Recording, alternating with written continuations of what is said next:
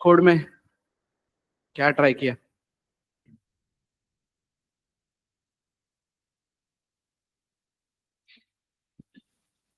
Yes, online, I am audible, loud and clear.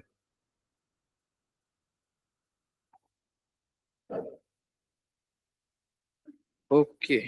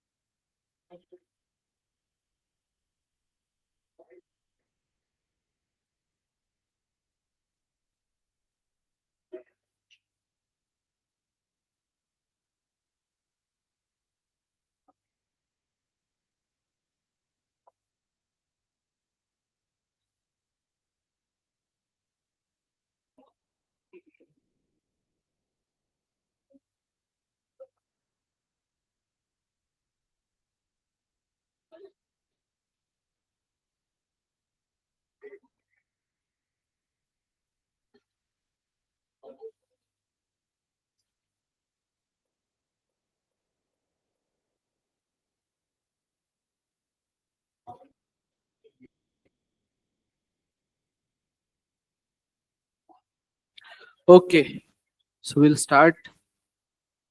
So binary operators, binary operators की clarity है क्या सबको? कुछ डाउट? अब तक जो पढ़ा है उसमें कुछ डाउट?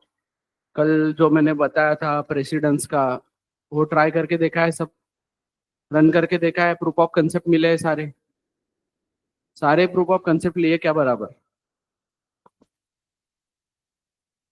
यस.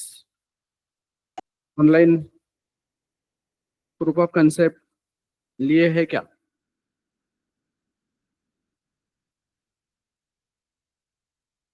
मतलब सिंपली जो भी कोड मैंने बताया था कल, वो टाइप करके चेक करके देखना था कि मैं सच बोलता हूँ या नहीं. देखा है सबने चेक करके? Okay, so will see then. Unary operator.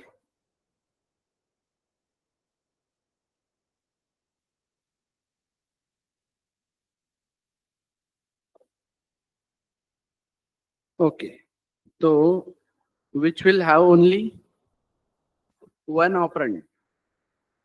ठीक है, बाइनरी ऑपरेटर के साथ दो ऑपरेंड थे. Unary operator will have one operand. तो ये मैं हूं मेन में. यहाँ पे मैंने एक लिया integer a equals to 10 and I am saying a plus plus. और मैं यहाँ पे इस a को प्रिंट कर रहा हूँ. So what will be the output? इसका आउटपुट क्या रहेगा? यस, 10. 10 या 11? यस, 10 या 11? 11. ओके, और 10 या 11? 11.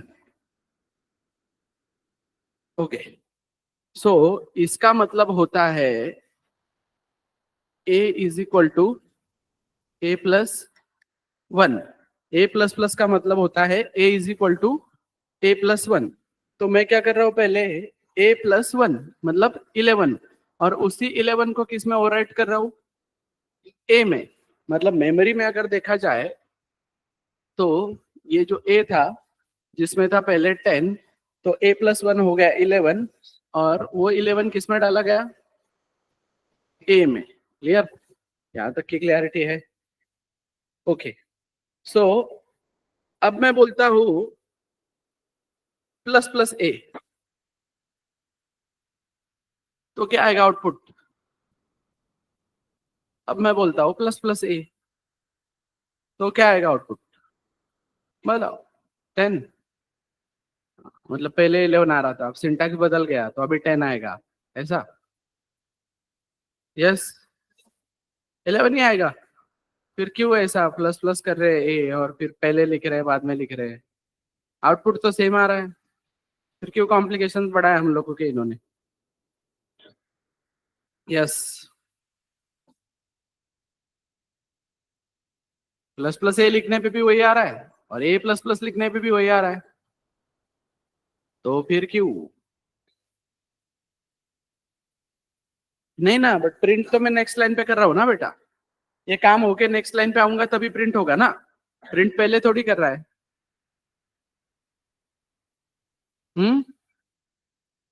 वैल्यू किधर है ओल्ड? इधर ए प्रिंट कर रहा है कि नहीं तू? तो ए के साथ क्या करना है ये डिसीजन लेके इसने नीचे आना चाहिए कि नहीं? तो तुमने प्लस प्लस ए बोला है तो ए को 11 करके लेके आएगा नीचे। तो कुठे है, किधर यूज कर रहा हूँ मैं, कुठे यूज करतोय पण? तो समझो प्री और पोस्ट, अभी सिंपली हमने प्री किया या पोस्ट किया लेकिन एक ही काम किया ना, तो कोई फर्क नहीं पड़ता तुम प्री इंक्रीमेंट करो या पोस्ट इंक्रीमेंट करो, वो इंक्रीमेंट ही होने वाला है, 10 का 11 ही होने वाला है। लेकिन अब यहाँ पे अगर दो काम होते, राइट, अगर यहाँ पे कुछ इस तरीके से दो काम होते ए और बी, अब बी में क्या है, ए में आ गया 10, बी में क्या आया, बी में क्या आया, गार्बेज, बी में क्या है, गार्बेज। तो यहाँ पे अगर मैं लिखता हूं b is equal to A plus plus, so here देखो यूनरी ऑपरेटर में हमारे पास है इंक्रीमेंट ऑपरेटर और डिक्रीमेंट ऑपरेटर। तो अगर मैं a प्लस प्लस बोलता हूं तो दिस इज पोस्ट इंक्रीमेंट, ठीक है, और मैं प्लस प्लस a बोलता हूं तो this is pre increment and same with decrement, ठीक है। डिक्रीमेंट के लिए भी सेम, मतलब माइनस माइनस ए प्री डिक्रीमेंट, ए माइनस माइनस पोस्ट डिक्रीमेंट, ठीक है। तो अब ये प्री है ये पोस्ट है, तो ये केस में क्या यूज किया हमने, पोस्ट यूज किया, राइट। तो पोस्ट की बात है तो पोस्ट इंक्रीमेंट मतलब पोस्ट मतलब बाद में, राइट। तो इंक्रीमेंट कब, बाद में। तो पहले क्या, अब पहले यहाँ पे असाइनमेंट का काम है ना, तो पहले ए बी को असाइन हो जाएगा, राइट। मतलब बी में कितना आएगा, 10 आएगा, और फिर ए क्या होगा, प्लस प्लस, राइट। तो यहाँ पे अगर मैं ए और बी प्रिंट करता हूं परसेंट डी और परसेंट डी की मदद से, तो ए और बी अगर मैं प्रिंट करता हूं तो इन दैट केस ए क्या आएगा 11, बी क्या आएगा 10 ही आएगा। समझ में आ रहा है? तो पोस्ट इंक्रीमेंट के केस में यहाँ पे दो काम हो रहे हैं। यहाँ पे क्या हो रहा है, एक काम हो रहा है असाइनमेंट, राइट, और दूसरा काम क्या हो रहा है, इंक्रीमेंट। तो पोस्ट के केस में पहले क्या हो जाएगा, असाइनमेंट, बाद में क्या होगा, इंक्रीमेंट, राइट। और अगर सेम ये सिंटैक्स कुछ इस तरीके से होता कि b is equal to plus plus A, तो अब इस केस में आते ही a में मिलता 10, b होता गार्बेज, फिर मैं आता नेक्स्ट लाइन में, नेक्स्ट लाइन में बोला है प्लस प्लस ए, इसका मतलब अभी यहाँ पे प्री इंक्रीमेंट है, तो इसका मतलब होगा कि पहले इंक्रीमेंट होगा। तो प्री इंक्रीमेंट के केस में पहले इंक्रीमेंट फिर असाइनमेंट, तो पहले इंक्रीमेंट मतलब प्लस प्लस ए कितना हो जाएगा 11, और फिर असाइन करेंगे तो बी कितना आएगा 11। So understood? प्री इंक्रीमेंट और पोस्ट इंक्रीमेंट वाला पार्ट समझ में आया क्या, क्लियर, समझ में आ रहा है? तो इस तरीके से वो काम करेगा। तो ये असाइनमेंट का नहीं, कहीं पे भी, मतलब एट एनी प्लेस तुम यूज करो, पोस्ट इंक्रीमेंट पहले वैल्यू रखेगा, बाद में इंक्रीमेंट होगा, प्री इंक्रीमेंट पहले इंक्रीमेंट होगा, फिर वहां पे वैल्यू रखेगा। मतलब सिंपली मेरे पास है int a equals to 0 and b equals to 10, और मैं बोल रहा हूं int c equals to a plus plus and b plus plus, और मैं यहाँ पे प्रिंट कर रहा हूं a b और c। So what will be the output of A, B and C? Yes. सोचो सोचो सोचो और आंसर करो. ए, बी और सी का आंसर चाहिए मुझे. ए कितना आएगा, बी कितना आएगा, सी कितना आएगा?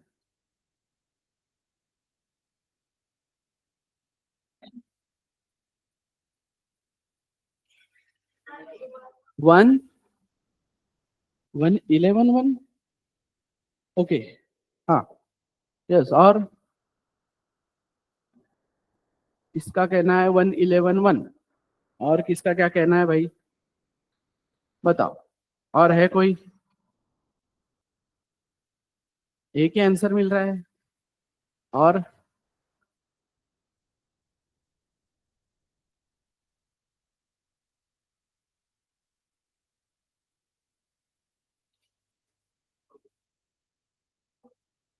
यस. चलो ऑनलाइन में लोग इतने सारे लोग हैं.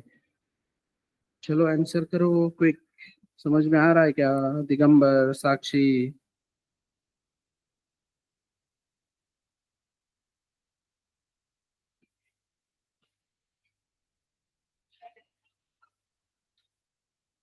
विवेक, वैष्णवी, अभिषेक, प्रेरणा,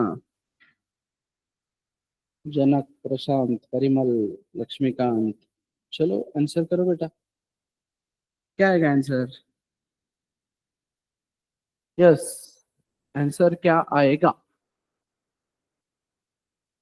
सिंपल है ना. पोस्ट इंक्रीमेंट क्या बोल रहा है? पहले वैल्यू रखूंगा, बाद में इंक्रीमेंट करूंगा नेक्स्ट लाइन पे जाते जाते. राइट. तो यहाँ पे आते ही ए क्या रखेगा? 1 या 0?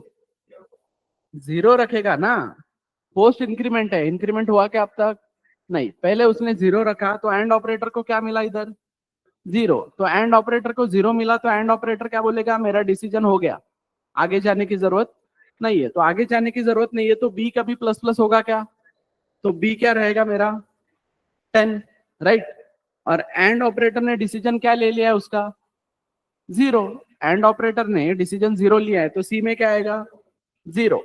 अब रही बात ए की, तो ए तक पहुंच चुका हूं ना मैं, मतलब ए प्लस प्लस में कर चुका हूं. वहां पे 0 रखा, लेकिन बाद में नीचे आते आते तक तो ए प्लस प्लस हो जाएगा ना. नेक्स्ट लाइन पे आते आते ए प्लस प्लस हो जाएगा तो ए क्या आना चाहिए? 1. समझे? तो ये पार्ट है. सिंपल है ना. वो पोस्ट इंक्रीमेंट किधर भी रखो सेम रोल प्ले करेगा ना अपना. अब अगर यहाँ पे होता प्री इंक्रीमेंट तो फिर क्या होता? आपके इसमें क्या आंसर आता? अब तुम्हारा वो वाला आंसर आता जो तुमने बोला है. कौन सा? कि पहले यहाँ पे होता 1, फिर एंड ऑपरेटर बोलता नॉट सेटिस्फाइड, फिर यहाँ पे आके एंड ऑपरेटर को क्या मिलता? 10, नॉट 11. 10 मिलता, क्योंकि पहले बी यहाँ पे 10 रखता, उसके बेसिस पे एंड डिसीजन लेता, बाद में वो प्लस प्लस. मतलब अगर बी यहाँ पे 0 होता अभी तो फाइनल सी का जो आउटपुट है वो 0 आता. क्यों? क्योंकि इसको यहाँ पे 0 मिलता और फिर वो प्लस प्लस करता. बट तुम्हारा एंड ऑपरेटर का तो डिसीजन गलत होता ना. समझ में आ रहा है?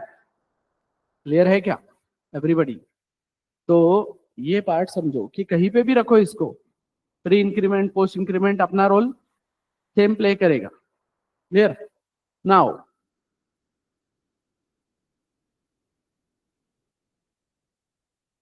ये है मेरे पास integer a equals to 10, b equals to 20. फिर मैंने बोला यहाँ पे integer c equals to a plus plus और b प्लस प्लस, और मैं a b और c प्रिंट करता हूँ तो क्या आएगा? a b और c. ऑनलाइन से अभी भी मुझको एक भी आंसर नहीं मिला है बेटा. क्या मतलब तुम लोग टाइप भी नहीं कर रहे हो? यस. 11 21 1. यस. और 11 21 11 20 एंड 1. ओके. हाँ. यस. और 10 20 और 1. ये तो बहुत ज्यादा गलत ना बेटा. एक तो इंक्रीमेंट हो ही जाएगा कि नहीं? एक की तरफ तो जाएगा ही ना वो, तो यहाँ पे आएगा, पहले रखेगा 10। अब और ऑपरेटर बोल रहा है आई एम ओके विथ 10, मुझे आगे जाने की जरूरत नहीं है, तो सी में क्या आ गया 1, तो आगे जाने की जरूरत नहीं है, तो बी में क्या आ गया 20, क्योंकि बी चेंज ही नहीं हुआ ना कभी, तो बी में क्या आया, बी में आया 20, और ए तक मैं पहुंच चुका था, इसलिए ए कितना हो जाएगा 11। समझे, अंडरस्टूड, इस तरीके से वो वर्क करेगा। तो इसमें मैं हजारों कॉम्बिनेशन बना सकता हूँ ना। अभी कंसेप्ट ही क्या है, प्री इंक्रीमेंट पोस्ट इंक्रीमेंट। तो प्री में क्या, पहले इंक्रीमेंट बाद में असाइनमेंट, पोस्ट में क्या, पहले असाइनमेंट बाद में इंक्रीमेंट।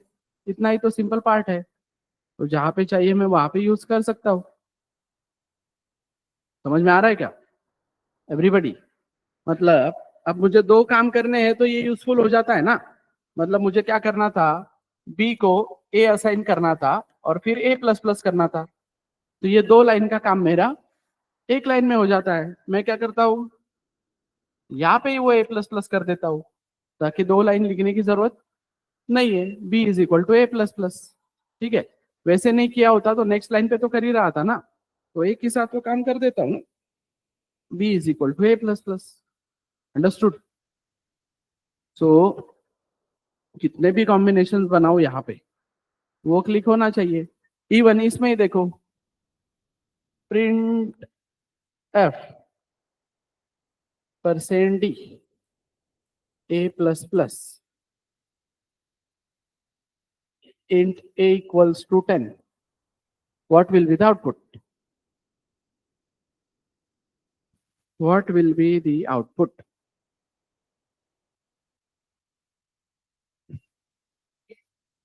10, खत्म। क्योंकि यहाँ पे वो 10 लाके रखेगा, ये 10% ही प्रिंट करेगा। रही बात इंक्रीमेंट की, तो बाद में हो रहा है, तो अब अगर तुम नेक्स्ट लाइन पे ए प्रिंट करके देखते हो तो तुमको वो 11 मिलेगा, लेकिन यहाँ पे तो उसने 10 ही रखा ना, इंक्रीमेंट बाद में हुआ, राइट। यही चीज अगर प्लस प्लस ए होती तो 11 हो जाता ना। समझ में आ रहा है, क्लियर है क्या एवरीबॉडी? अंडरस्टूड? जैसे इस तरीके से मेरे पास a इक्वल्स टू 10 है, b 20 है, c 30 है और d 40 है, और मैं यहाँ पे बोल रहा हूँ integer x equals to a plus plus plus minus minus b plus c plus plus plus plus plus d। What will be the output? What will be the output?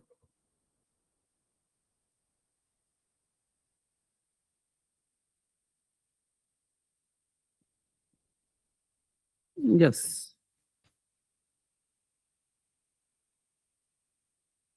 क्या रहेगा इसका आउटपुट?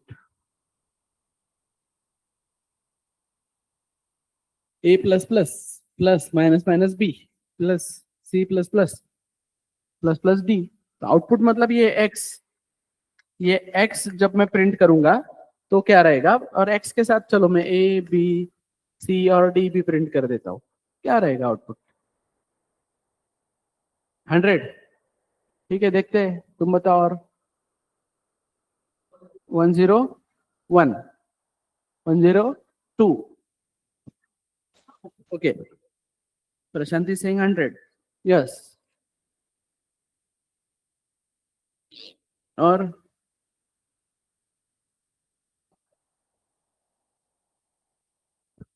बताओ, तो चलो देखते हैं।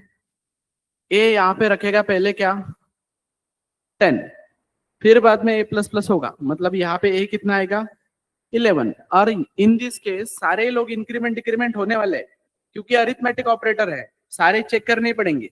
लॉजिकल के case में बस होता है कि एक पे डिसीजन हो सकता है, रिलेशनल और अरिथमेटिक के केस में एक पे डिसीजन नहीं होता है। फिर आगे आया माइनस माइनस बी, मतलब पहले माइनस माइनस किया, मतलब बी कितना किया पहले यहाँ पे 19, फिर क्या किया सी प्लस प्लस, तो सी कितना रखा पहले इधर, सी रखा पहले इधर 30, बी कितना आया मेरा 19, सी कितना होगा 31 और डी है प्लस प्लस मतलब 41।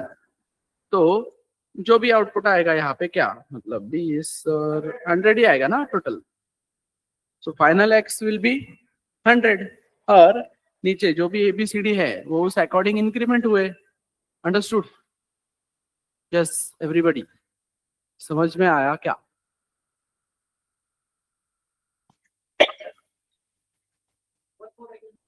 वन मोर क्या, टू मोर लेंगे तो बता। a equals to 10, b equals to 3, d equals to 4, e equals to 5।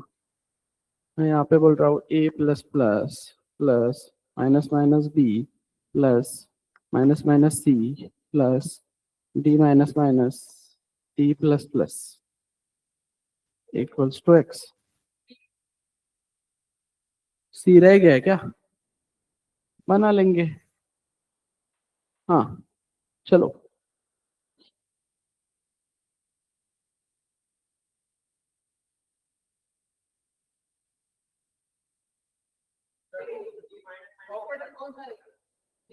अरे कॉमा हो गया क्या उधर? हाँ प्लस ही क्यों लूंगा ना, लेकिन मैं यहाँ पे माइनस ले सकता हूँ, मल्टीप्लाई ले सकता हूँ, बहुत सी चीजें ले सकता हूँ ना। देखो ये माइनस माइनस इज डिफरेंट। हाँ ये एक ऑपरेटर है, फिर स्पेस देके माइनस है वहां पे। तो चलो बोलो, बताओ।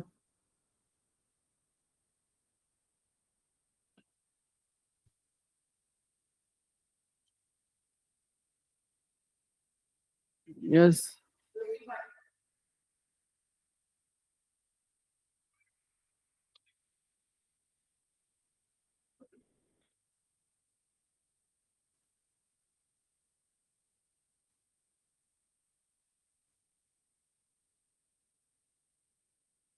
Yes.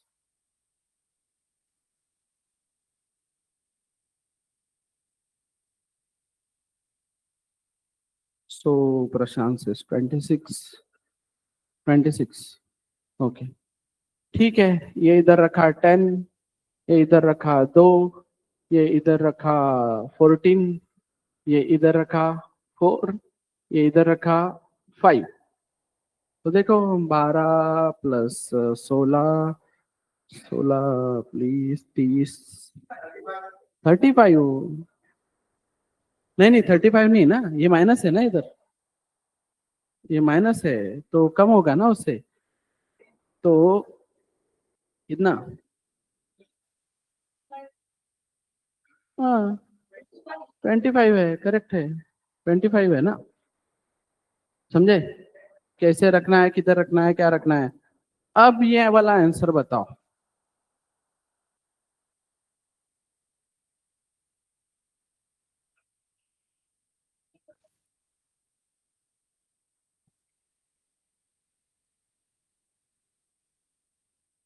A plus plus plus minus minus A minus minus plus plus plus A क्या आएगा?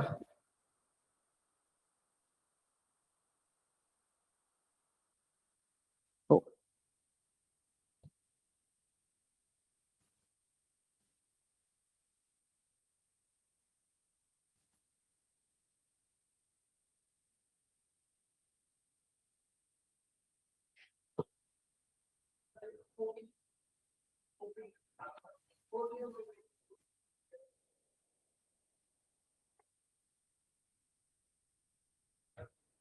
इतना नहीं आसान वो।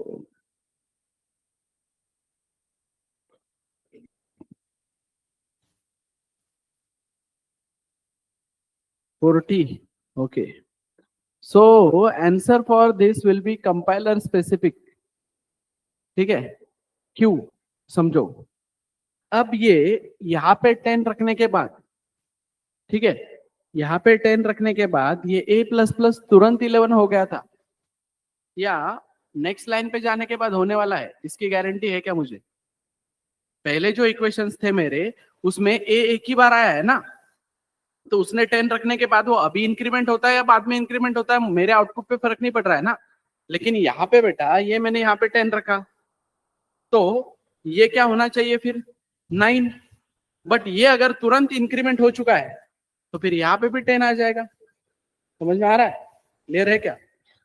येते का लक्षात? मतलब यहाँ पे अगर ये 10 दे दिया मैंने, उसने 10 रखा वहां पे, लेकिन आगे बढ़ते वक्त मतलब नेक्स्ट इक्वेशन पे आते वक्त उसने तुरंत ही उसको 11 अगर कर दिया है तो यहाँ पे A11 मिलेगा, जो कि माइनस माइनस करके 10 हो जाएगा। समझ में आ रहा है? क्लियर है क्या?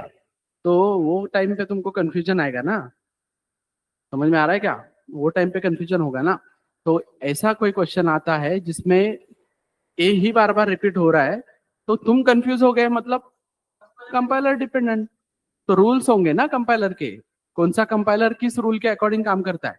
आउटपुट नहीं आएगा ऐसा नहीं है, कंपाइलेशन एरर नहीं आएगा, because as per the syntax it is correct. Syntax के अकॉर्डिंग वो करेक्ट है ना। तो कंपाइलेशन एरर कब आता है? सिंटैक्स नहीं समझा तब। लेकिन आउटपुट तुम प्रिडिक्ट कर सकते हो क्या? सो आउटपुट उसका क्या होना चाहिए? Compiler dependent. समझे? तो जस्ट एक जनरल डिस्कशन बता रहा हूं मैं ये सब चीजें। अब प्री इंक्रीमेंट पोस्ट इंक्रीमेंट काम आएगा तुमको कभी कभी, मतलब कोड थोड़ा ऑप्टिमाइज करने के लिए,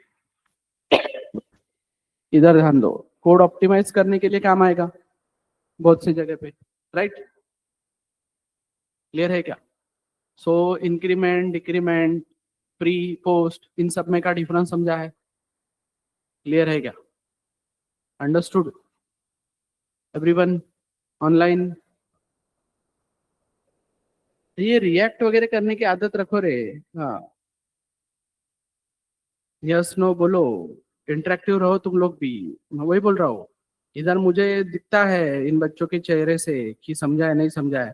तुम लोगों का एक कमेंट ही तो सोल्यूशन है ना।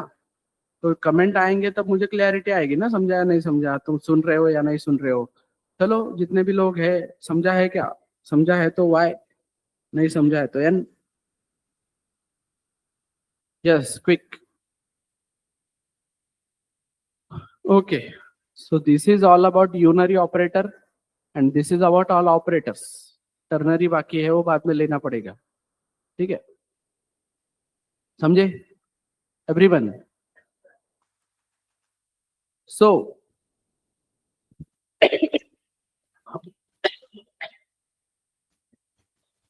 अभी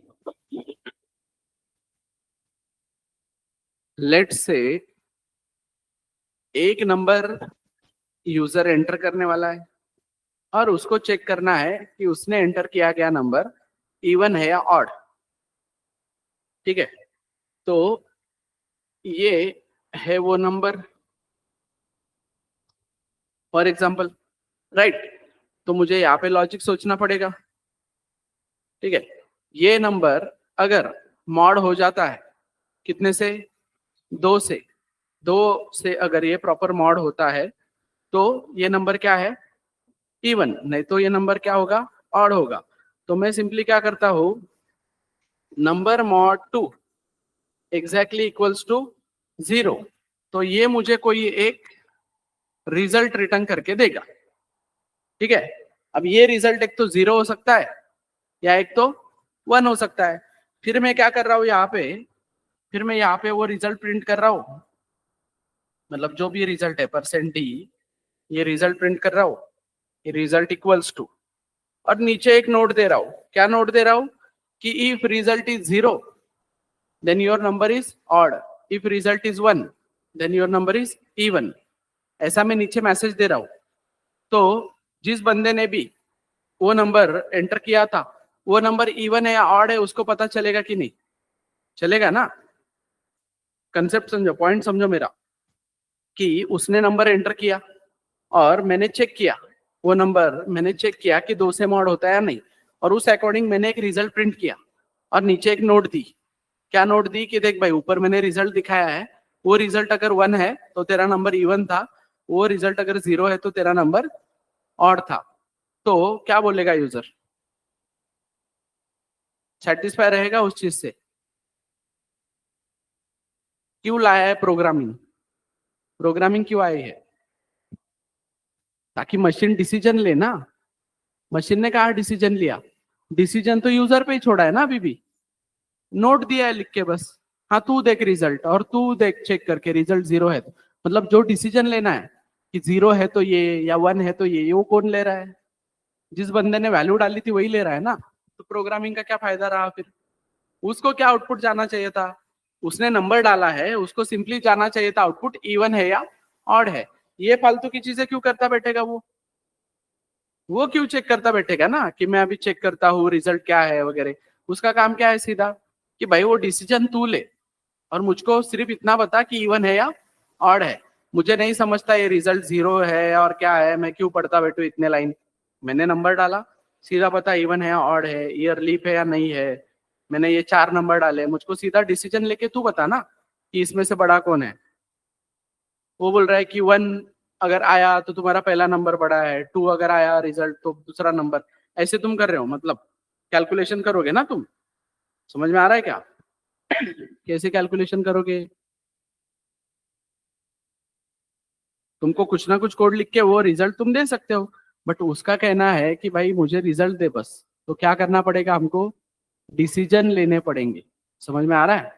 हमारे पास जो भी है लॉजिक, जो भी रिजल्ट हमको आया है, हमारे पास 0 या 1 आया है ना, तो डिसीजन हमने लेने चाहिए कि जो हम यूजर को बोल रहे हैं ना कि 1 आया तो इवन है, 0 आया तो ऑड है, वो हमने लेने चाहिए डिसीजन कि 1 आया तो इवन प्रिंट कर, 0 आया तो ऑड प्रिंट कर। तो ये डिसीजन मेकिंग अपने तरफ चाहिए ना। तो इसी के लिए आता है पिक्चर में डिसीजन मेकिंग स्टेटमेंट्स या कंडीशनल स्टेटमेंट्स। तो वाई क्लियर है? डिसीजन मेकिंग स्टेटमेंट क्यों चाहिए वो क्लियर है क्या? क्यों चाहिए? डिसीजंस लेने के लिए, राइट? डिसीजंस लेने के लिए चाहिए ना, क्योंकि कुछ ऑपरेशंस करने के बाद मैं डिसीजन लूंगा। तो वाई क्लियर है? तो अभी हाउ, हाउ देखेंगे। तो हाउ में क्या आता है? हाउ में क्या आता है? वाई क्लियर हो गया कि नहीं? तो हाउ में क्या आता है फिर? हाउ में आता है सिंटैक्स। खत्म, सिंटैक्स आता है ना हाउ में। किस सिंटैक्स देखेंगे? तो सिंटैक्स है there is a keyword if, right? There is a keyword if. If के अंदर ये पैरेंथेसिस रहेंगे, राइट? इस पैरेंथेसिस के अंदर मैं वो कंडीशन दूंगा क्या कि भाई वो जो रिजल्ट है एग्जैक्टली इक्वल टू 0 आया या वॉट जो भी है। क्या लिखूंगा मैं यहाँ पे? Condition, right? तो फिर ये कंडीशन अगर करेक्ट है तो ये वाला ब्लॉक एग्जीक्यूट होगा। कंडीशन अगर ट्रू है, करेक्ट है, राइट है, तो ये वाला ब्लॉक एग्जीक्यूट होगा।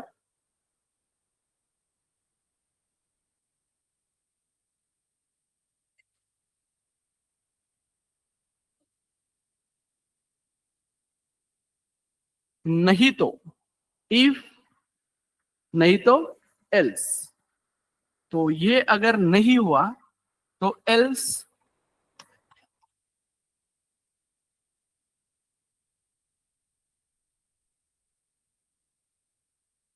ये वाला पार्ट एग्जीक्यूट होगा। समझ में आ रहा है? तो इफ क्या है? कीवर्ड। एल्स भी क्या है? कीवर्ड। तो keyword has their specific meaning attach. दो कीवर्ड अपने इंट्रोड्यूस हो गए, राइट? तो इफ ब्रैकेट में तुम एक कंडीशन दोगे, तो कंडीशन दोगे तो वो कंडीशन अगर ट्रू है तो तुम किस में जाओगे? इस ब्लॉक में जाओगे, नहीं तो एल्स ब्लॉक में जाओगे। तो क्या था हमारा अभी काम? हमने क्या किया था? एक integer result equals to number mod two exactly equal to 0, ये काम किया था। इससे हमको एक रिजल्ट मिला था, राइट? समझ में आ रहा है क्या? तो instead of that simply we will go with if number mod two exactly equal to 0। अगर ये कंडीशन ट्रू है, अगर ये कंडीशन ट्रू है तो कहाँ पे जाओ? ये वाले ब्लॉक में जाके क्या प्रिंट करो? इवन। एल्स क्या करो?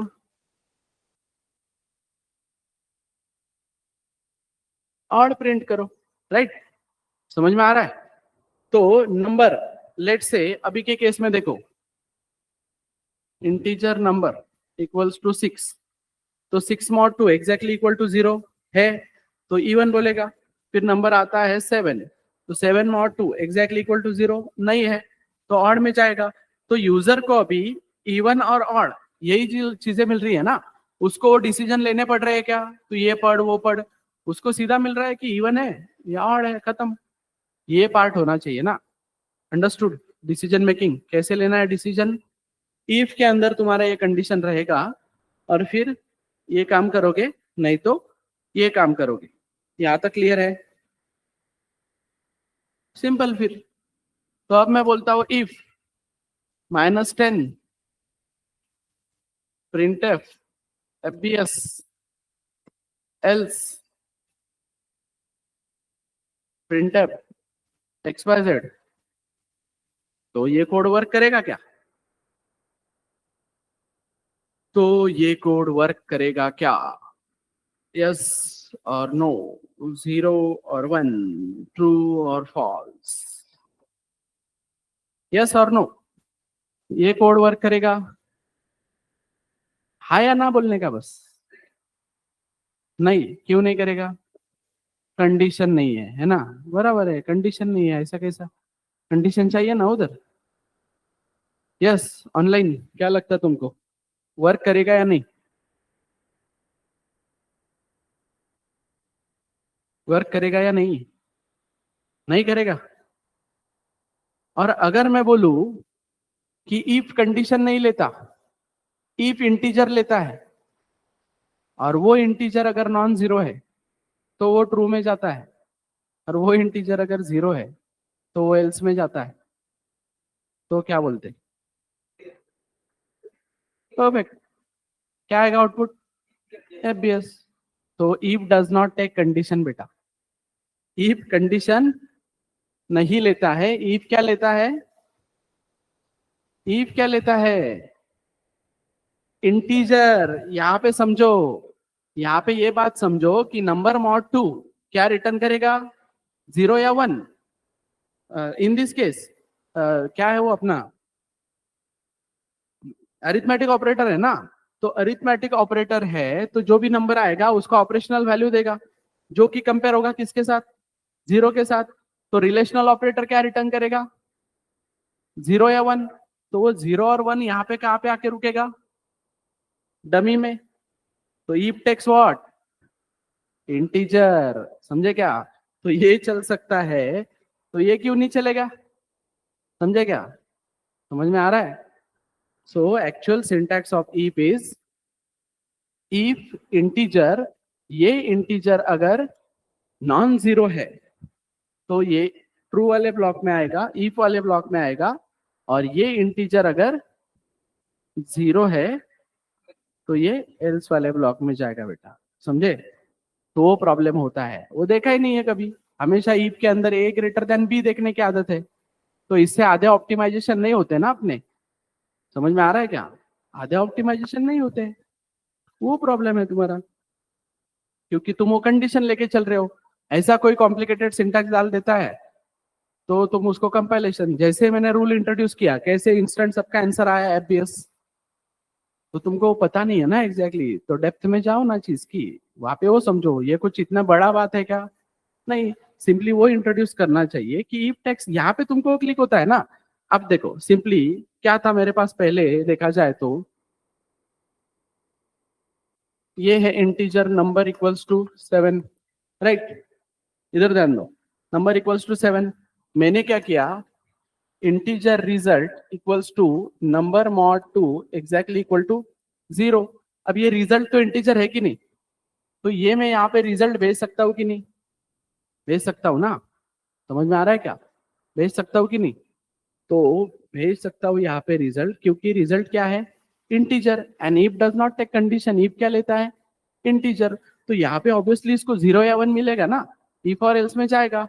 बट ये रिजल्ट से मुझे इतना ही डिसीजन लेने के लिए लगने वाला है, वो रिजल्ट वेरिएबल मुझे उतना ही डिसीजन लेने के लिए लगने वाला है, तो मैं अननेसेसरी एक रिजल्ट वेरिएबल की 4 बाइट वेस्ट करूँ क्या, रिजल्ट मतलब ही ये वाला पार्ट ना, तो मैं सीधा इसमें ये वाला ही पार्ट लिखूंगा ना भाई, मैं क्यों टाइम पास करूंगा उसमें, मैं क्यों एक एक्स्ट्रा वेरिएबल लेके टाइम वेस्ट करूंगा, क्योंकि वो एक्स्ट्रा वेरिएबल बाद में कहीं पे काम ही नहीं आ रहा है। हाँ, रीयूज हो रहा होगा तो फिर बेटर था ना मेरे लिए, बट रीयूज ही नहीं होता है, मैं सिंपली यहाँ पे लिखूंगा। फिर ये ऐसे सिंटैक्स तुम करते हो, क्योंकि इफ एल्स पढ़ा तो पहला कोड यही करते होंगे ना तुम, तो चेक इवन और ऑड, और यहाँ पे ये लिखा है, उसके वजह से ऐसा देखा ही नहीं है कभी। तो फिर तुमको पता चलता है कि क्या, if takes only condition, condition नहीं लेता है, इफ क्या लेता है, इंटीजर। तो ये अगर तुमको सिनारियो समझ में आ गया तो क्या लगता है तुमको फिर, इफ प्रिंटफ एफबीएस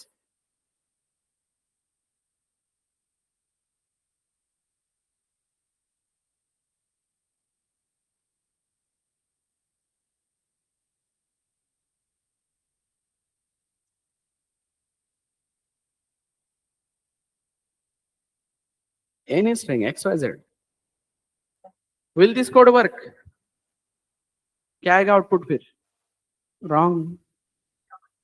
क्यों इतनी जल्दी करनी है आंसर देने की, सोचना है ना पहले। तो ये आंसर, ये कोड वर्क करेगा कि नहीं जिंदगी में, ये कोड में, इस कोड को तुम जिंदगी भर कंपाइलेशन एरर लिख के आते, बिकॉज तुमको रूल ही पता नहीं है। पर अब तुमको दोनों रूल पता है, तुमको दोनों चीजें पता है। पहली चीज क्या, प्रिंटफ का रिटर्न टाइप क्या है, इंटीजर, और इफ क्या लेता है, इंटीजर। तो कंपाइलेशन एरर है क्या इसमें, नहीं, क्योंकि प्रिंटफ इसमें इंटीजर रिटर्न करके जाएगा, वो नॉन जीरो रहा तो मैं ट्रू में जाऊंगा, नहीं तो फॉल्स में जाऊंगा। तो पहले ही आते ही मैं यहाँ पे आता हूँ, आते ही प्रिंटफ का पहला काम क्या है, एफबीएस प्रिंट कर देना, और एफबीएस प्रिंट करने के बाद जाते जाते इधर क्या रख के जाएगा, 3 रख के जाएगा, खत्म। इफ के अंदर 3 चलेगा या नहीं, चलेगा, बिकॉज इफ क्या लेता है, इंटीजर। वो फायदा है उसका, समझे, क्लियर है क्या। यूज केस बताता हूँ, फंक्शन पढ़ाया नहीं है अभी, पर फिर भी यूज केस बताता हूँ। लेट से मैंने बोला यहाँ पे इफ इज प्राइम, ठीक है, कोई एक फंक्शन है, कल को फंक्शन पढ़ेंगे तब समझेगा। इज प्राइम नाम का फंक्शन है जो मैंने सिंपली इफ में कॉल कर दिया, तो ये कोड चलेगा या नहीं, चलेगा, लेकिन कब चलेगा, ये इज प्राइम अगर इंटीजर रिटर्न करता है तो मुझे एक्स्ट्रा का कोड लिखने की जरूरत है क्या, कि इज प्राइम रिटर्न करके एग्जैक्टली इक्वल टू 1 आया तो इफ पे जा, एल्स में जा। ये वाला कोड मैं ऑप्टिमाइज कर सकता हूं ना, जब मुझे पता है क्या, इफ इंटीजर लेता है। तो जब तक मुझे पता है इफ कंडीशन लेता है, तो मैं ये रिलेशनल ऑपरेटर ही लाता रहूंगा उसमें फिर, तो ये ऑप्टिमाइजेशन लेवल पे मैं जाऊंगा ही नहीं कभी। समझ में आ रहा है। तो ऑप्टिमाइजेशन लेवल पे जाना है ना, डेप्थ समझ के, वो बेसिक समझ के जाना है, नहीं तो AI will take your jobs बोलते हो ना। तो जिनको ये ऊपर ऊपर का इफेल्स पता है, AI will obviously going to take their job. Depth में पता है तो कोड ऑप्टिमाइजेशन तक नहीं पहुंचा ना अभी वो। इतने सारे कोड्स है, जीपीटी पे जाओ तुम, ऑप्टिमाइज कोड इतने नहीं मिलते तुमको। फिर तो तुम ही कर सकते हो ना, अगर तुमको डिटेल में पता है, बेसिक पता है, तो कम लाइंस में कोड करना या मेमोरी बचाना वगैरह वो सब चीजें, ठीक है। जितने कम लाइंस उतना प्रोसेसिंग फास्टर है ना, राइट। मेमोरी कम यूज करोगे तो अच्छा ही है ना उल्टा। सो ये सिनारियो, ये वाला part, this you should understand, detail में वो समझना है, क्योंकि काम वैसे हो रहा है। क्या क्या समझते आए हम अभी यहाँ पे, कि देखो if number mod 2 exactly equals to 0, तो इसीलिए 2 दिन से चिल्ला रहा हूँ कि every operator return something dummy, ये वो, ये इस दिन के लिए कि रिटर्न समथिंग मतलब कहाँ पे आके रुकेगा इसका रिटर्न, यहाँ पे, राइट। प्रायोरिटी वाइज प्रेसिडेंस भी इसलिए पढ़ाया हूँ कि यहाँ पे मुझे अननेसेसरी कोई ब्रैकेट देने की जरूरत है क्या। बाय प्रेसिडेंस पहले अरिथमेटिक काम करके अपना इधर वैल्यू रखेगा, फिर रिलेशनल अपना काम करके इधर एक वैल्यू रखेगा। करंटली वो वैल्यू कहाँ पे रुका है, डमी में। डमी में तो ईफ को क्या मिला, 0, तो ईफ को मिला 0 तो किधर जाएगा, एल्स वाले ब्लॉक में जाएगा।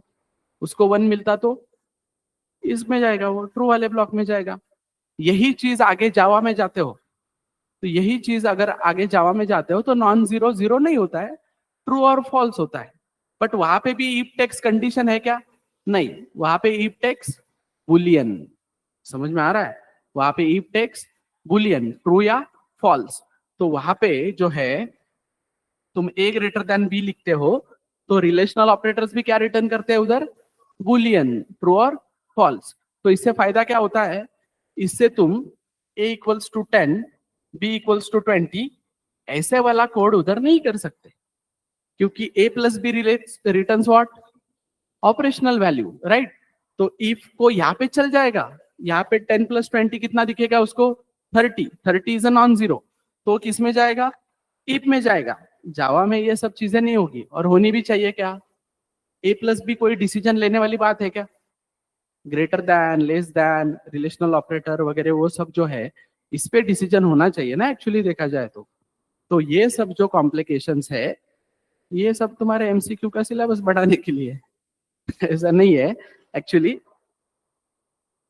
वास्टली वर्क होता है ना सब चीजें, समझ में आ रहा है। बुलियन लाने का और फायदा क्या है, जीरो और नॉन जीरो की जगह पे बुलियन लाने का फायदा क्या है, और क्या फायदा है, क्योंकि यहाँ पे मुझे इंटीजर में 1 और 0 दिखाने हैं तो मुझे कितने बाइट लगेंगे, एटलीस्ट 4 बाइट तो लगेंगे ना। लेकिन बुलियन दिखाने के लिए मुझे कितना लगता है, 1 बिट, सिंपली 1 बिट, 0 या 1। तो कहाँ पे 32 बिट, कहाँ पे 1 बिट, दिखने में दिख रहा है वो इतना TRUE, true false, but internally है कितना, 1 बिट है ना, समझे क्या, ऐसा है वो, अंडरस्टूड। तो रीजन है हर चीज का एक एक। तो इफ टेक्स इंटीजर या if takes boolean, but if does not take condition, वो समझ में आ रहा है क्या, कंडीशन पे उलझे रहोगे तो फिर वो फंक्शन इफ के अंदर कॉल करना या कोड ज्यादा ऑप्टिमाइज करना वो सब चीजें कभी नहीं कर पाओगे, समझ में आ रहा है। तो this is how it works. तो अभी मैं इफ एल्स से कई सारे कोड कर सकता हूँ क्या, कि मुझे चेक करना है कि a इक्वल्स टू 10 और b इक्वल्स टू 20। अब 10 20 स्कैनर भी बता देता हूँ आज। तो 10 20 कल को यूजर a और b में कुछ भी डाल सकता है ना, मुझे बताना है a बड़ा है या b बड़ा है। तो सिंपली मैं क्या बोलूंगा कि if a greater than b अगर है तो कौन बड़ा है, a इज ग्रेटर, ठीक है, नहीं तो b is greater, understood. a greater है नहीं तो b ग्रेटर है, क्लियर, समझे, ये वाला सिनारियो समझे क्या। कल को a और b अभी मैं यूजर से स्कैन करूंगा, तो यहां तक क्लियर है क्या। अब इफ एल्स है अपने पास तो हम डिसीजन ले सकते हैं। अब जो भी कोड तुमने किया होगा इसके पहले लीप ईयर वगैरह के लिए वो पूरा कोड करके रखते हैं ना हम, year mod 4 exactly equal to 0 and, और फिर उसमें और ऑपरेटर और वो पूरा 0 या 1 उसका आउटपुट आता है, उससे अगर 1 आया तो लीप, नहीं तो नॉट लीप, राइट। और क्या क्या कर सकते हो तुम, और क्या क्या कर सकते हो इससे, डिसीजन लेने हैं ना अपने को, बहुत सी चीजें अपने पास डिसीजन लेने के लिए। यस, मतलब नहीं ना, वो उसमें बहुत सारा इफेल्स, मैं सिंपल इफेल्स की बात कर रहा हूँ, मैं नेस्टिंग की बात नहीं कर रहा हूँ। अभी जो मेरे पास इफ और एल्स है वहां पे मैं कौन से डिसीजन ले सकता हूँ, 2 पॉसिबिलिटी वाले, यस और नो वाले। मैं ग्रेटर देन 3 नंबर नहीं निकाल सकता ना इसमें, क्योंकि पॉसिबल आउटपुट कितने हैं उसमें, 3, 3 नंबर है ना मेरे पास, 10 20 और 30। तो 10 is greater, 20 is greater, 30 is greater, तो पॉसिबिलिटी कितनी है, 3। इफ एल्स में पॉसिबिलिटी कितनी है, 2। तो मुझे और इफ एल्स नेस्ट करने पड़ेंगे, वो मैं कल पढ़ाऊंगा नेस्टेड इफ एल्स, लेकिन आज तो मैं 2 पॉसिबिलिटी वाला ही कर सकता हूँ ना, राइट। तो 2 पॉसिबिलिटी वाला ही कर सकता हूँ। तो और क्या क्या प्रॉब्लम स्टेटमेंट है तुम्हारे पास, प्राइम नंबर नहीं, उसके लिए तो लूप लगेगा मुझे। अब तुमने क्या किया है, सम की होगी नंबर की, नंबर को रिवर्स भी किया होगा, किया कि नहीं किया, किया ना नंबर को रिवर्स। तो नंबर को रिवर्स अगर तुमने किया है तो तुमको एक रिवर्स मिल गया, एक्चुअल नंबर भी तुम्हारे पास है, एक्चुअल नंबर भी तुम्हारे पास है, रिवर्स भी तुम्हारे पास है। तो तुम बोल सकते हो ना कि if number exactly equal to reverse, तो पैलिंड्रोम, नहीं तो नॉट पैलिंड्रोम, मतलब एक नंबर लिया था तुमने यूजर से 1 2 3, उसका रिवर्स तुमको मिल गया 2 3 3 2 1। अब तुम 3 2 1 और 1 2 3 को चेक करके बोल सकते हो कि नहीं कि नंबर पैलिंड्रोम है या नहीं। क्लियर? रिवर्स करना समझा है ना? अगर नंबर को सेपरेट कर सकते हो तुम लोग, देखो कैसे। ये है तुम्हारे पास 6 7 8, ऐसा एक नंबर था 3 डिजिट, 3 डिजिट 4 डिजिट 5 डिजिट जो भी है, इसको सेपरेट कर सकते हो तुम, और इसकी सम निकाली है तुम लोगों ने। लेट से इसको R1 बोला होगा, इसको R2 बोला होगा, इसको R3 बोला होगा, ऐसे 3 वेरिएबल में तुमने ये नंबर लिया होगा ना। अब तुमको इसी नंबर को बस उल्टा प्रिंट करना है, रिवर्स। तो क्या करोगे तुम? परसेंटी परसेंटी परसेंटी, हाँ बोल रहा है वो। कैसे? एक ही नंबर दिखाना है ना मुझको, प्रिंट नहीं करवाना है मुझे, रिवर्स बनाना है उसका पूरा का पूरा। मुझे प्रिंट नहीं करना है सिर्फ उल्टा, मुझे पूरा सिंगल नंबर चाहिए। वो एक क्या चाहिए? Single number 876। तो 876 को ही मैं 800 प्लस 76 क्या 800 प्लस 70 प्लस 6 लिख सकता हूँ कि नहीं? इसी 800 को मैं 8 इंटू 100 लिख सकता हूँ कि नहीं? प्लस इसी 7 को मैं 7 इंटू 10 लिख सकता हूँ कि नहीं 70 को? और यहाँ पे 6, तो मेरे पास 6 है कि नहीं R3 में? मेरे पास 7 है कि नहीं R2 में? और मेरे पास 8 है कि नहीं R1 में? तो देखो, अब कोई भी नंबर आने दो ना, R1 R2 R3 मेरे पास है, तो इनसे मुझे रिवर्स मिल सकता है कि नहीं? मतलब ये इन तीनों की सम फाइनली मुझे एक रिवर्स मिलेगा कि नहीं? क्लियर? तो ब्रेक करना है वैसे कोड को, समझना है उसको बराबर। यस, ऑनलाइन में समझ में आ रहा है बेटा सबको? Yes, understood? यहाँ तक की क्लियरिटी है क्या सबको?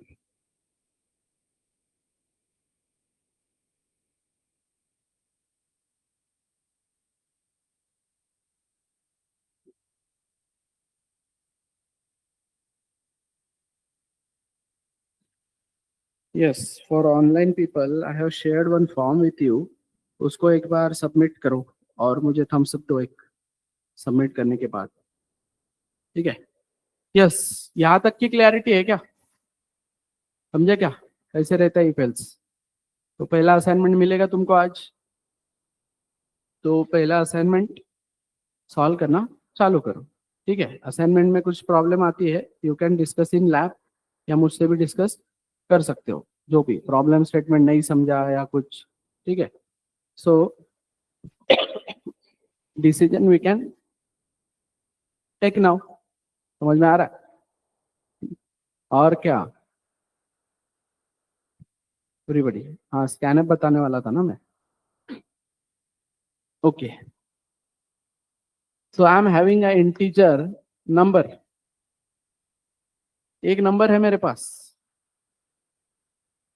तो मेमोरी में इसको मिलेगा 4 बाइट।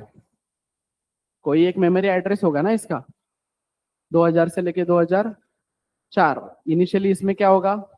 गार्बेज। ये मैंने नंबर कर लिया यहाँ पे डिक्लेयर, डिक्लेयर किया इनिशियली, उसमें क्या है? गार्बेज। अब मुझे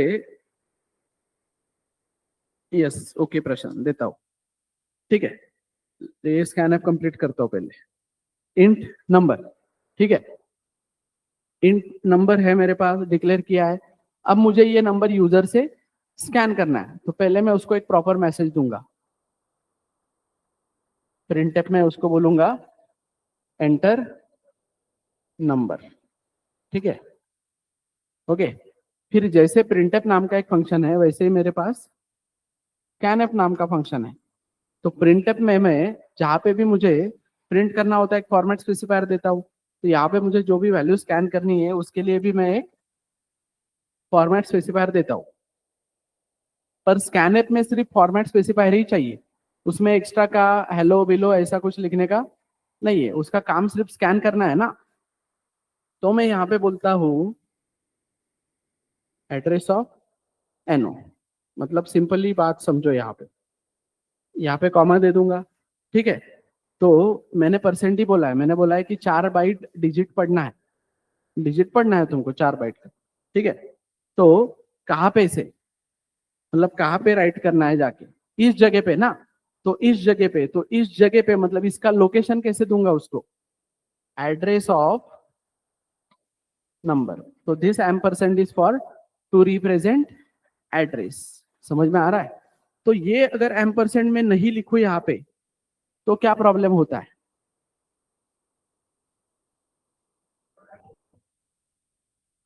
तो ये प्रोग्राम क्रैश होता है इधर, ठीक है, मतलब वहीं पे प्रोग्राम क्रैश होता है। अब क्यों?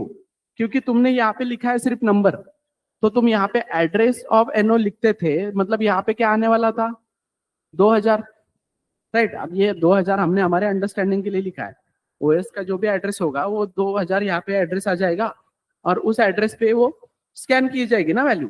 तो अभी यहाँ पे 2000 आया है तो बराबर ही इसको पॉइंट कर रहा है कि नहीं। मैं यहाँ पे एम्परसेंड लिखना भूल गया, तो यहाँ पे क्या आएगा फिर 2000 की जगह पे, ये इसके अंदर जो गार्बेज है वो, तो लेट्स एज्यूम कि उसके अंदर गार्बेज है 1 2 3 4, क्योंकि गार्बेज कुछ भी हो सकता है। तो यहाँ पे 2000 की जगह पे क्या आया, 1 2 3 4, और फिर ये 2000 को पॉइंट करने की जगह पे किसको ढूंढ रहा है क्या 1 2 3 4 मेमोरी में, और होगा भी तो अपना है क्या, कोइंसिडेंसली होगा भी किसी का, तो दूसरे का मेमोरी है ना, वो दूसरे का घर है ना वहां पे। समझ में आ रहा है क्या? तो इधर उधर जंप कर रहा है वो, क्लियर है क्या? तो इसलिए मैं क्या लिखता हूँ यहाँ पे, एड्रेस ऑफ नंबर, तो एम्परसेंड लगाता हूँ तो बराबर मुझे वहां पे लेके जाता है।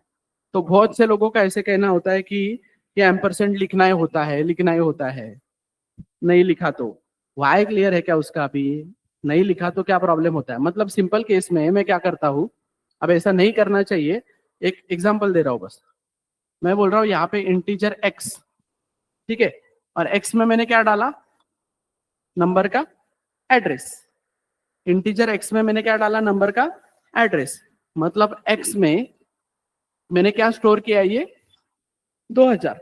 तो फिर मैं यहाँ पे एक्स अगर लिखता हूं तो वैल्यू स्कैन कहाँ पे होगी, मैं यहाँ पे एक्स लिखता हूं मतलब वैलिड 2000 है कि नहीं यहाँ पे, तो ये एक्स इधर स्कैन करके देगा कि नहीं मुझको, मतलब मैंने लिखा है यहाँ पे एक्स, बट स्कैनिंग हो रहा है यहाँ पे नंबर पे। कि समझ में आ रहा है part?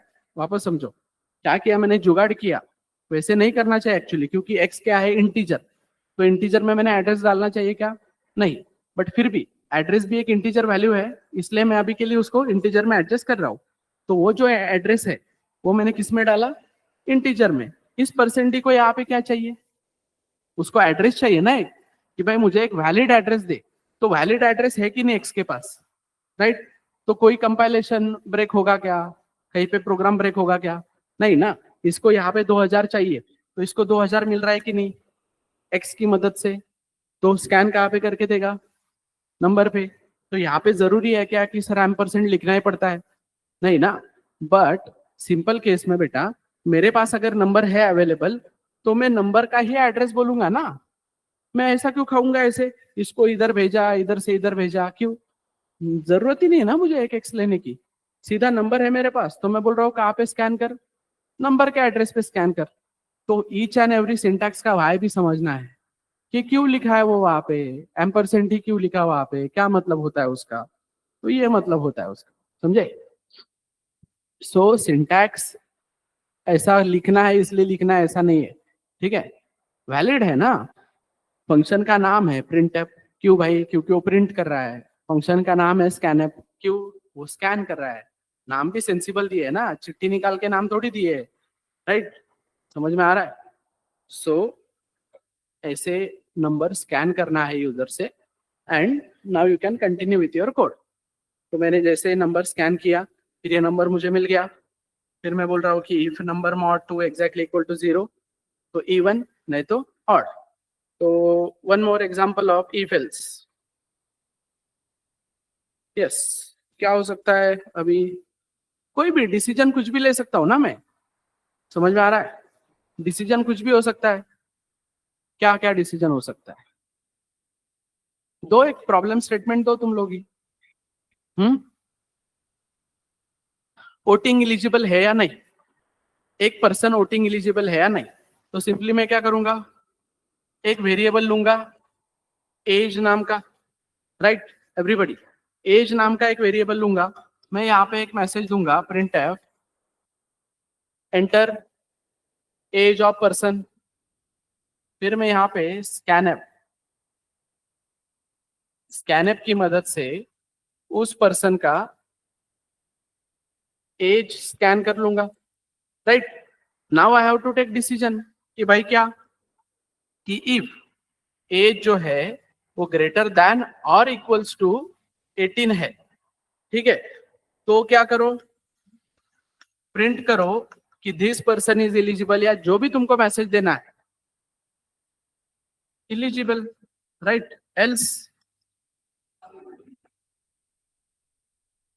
Not eligible. Multiple things you can take ना, समझ में आ रहा है? मतलब लेट से यू कैन से क्या, take male age, take female age, right. So eligible to marry और नॉट, समझ में आ रहा है? कपल एलिजिबल टू मैरी है या नहीं, तो तुम चेक करोगे कि मेल एज ग्रेटर देन और equals to 21 and female age greater than और equals to 18। According to that you can take decisions, right. समझ में आ रहा है क्या? तो उस तरीके से वो काम कर सकते हो, तो यहाँ पे तुम डिसीजन ले सकते हो मल्टीपल चीजों का, समझे? स्टूडेंट पास है या फेल, इतना डिसीजन तुम ले सकते हो। अभी स्टूडेंट के मार्क्स लेके आओगे, ग्रेटर देन और इक्वल टू 35 है तो पास, एल्स फेल। फिर मुझे ए प्लस मिला है या बी प्लस मिला है या सी प्लस मिला है, ऐसा अगर देना है तो कल अपना नेस्टेड इफ एल्स वाला पार्ट आएगा, जिसमें हम क्या करेंगे, मल्टीपल इफ एल्स यूज करेंगे और उससे काम करवाएंगे, राइट। Understood everyone? तो इसमें कोई दिक्कत है क्या किसी को? यस, ऑनलाइन में फॉर्म सबमिट किया है सबने, एवरीबॉडी?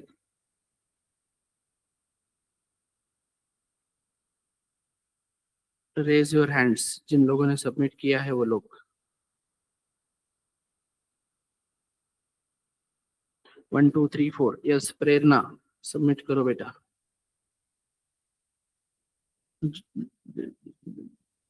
ओके,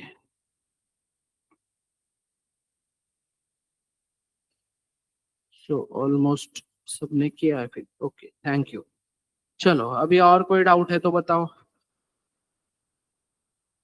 एवरीबॉडी, डाउट है कोई तो बताओ अभी के केस में। यस,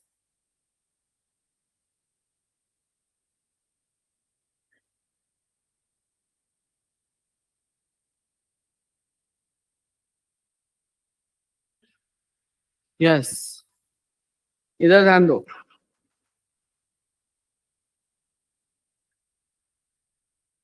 सिर्फ मैंने इफ लिखा है एवरीबॉडी, मैंने सिर्फ लिखा है इफ, लेट से मेरे पास इंटीजर a इक्वल्स टू 10 है, b इक्वल्स टू 20 है, और मैंने लिखा है if a greater than b, तो प्रिंट एफ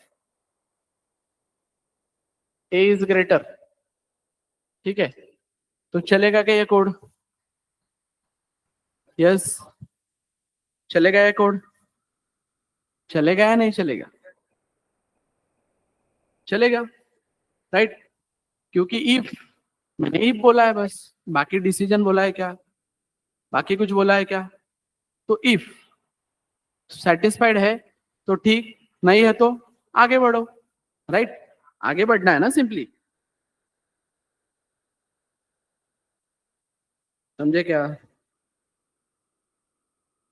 तो मैं कितने भी इफ लिख सकता हूं विदाउट एल्स, एल्स लिखने की जरूरत नहीं है ना, कितने भी इफ विदाउट एल्स लिख सकता हूं, राइट। बट अब मैं लिख रहा हूं यहां पे एल्स प्रिंटफ हेलो, यस, मैं बोल रहा हूं एल्स प्रिंटफ हेलो, इतना ही लिखा है मैंने कोड में बस, चलेगा क्या? क्या आएगा? एरर आएगा कि भाई एल्स को उसका इफ नहीं मिल रहा है, तो we can write multiple if, ठीक है, मतलब सिंपल मल्टीपल इफ लिख सकते हैं, but we can not write else without if, if के बगैर एल्स नहीं लिख सकते, इफ है तभी एल्स आएगा, ठीक है। एल्स नहीं रहा तो भी चलेगा, बट एल्स अगर है तो इफ जरूरी है। So else without if is not possible. तो मुझे यहाँ पे एक इफ लगेगा इसके लिए, समझे? Understood? So if a greater than b, तो printf hello, else printf bye printf x y z, a equals to 10, b equals to 20 integer. Will this code work? देखो a equals to 10, b equals to 20, a greater than b है तो hello, फिर यहाँ पे xyz, यहाँ पे xyz, और फिर यहाँ पे क्या है y. Will this code work? And if it will work, what will be the output? If it will not work, why it will not work?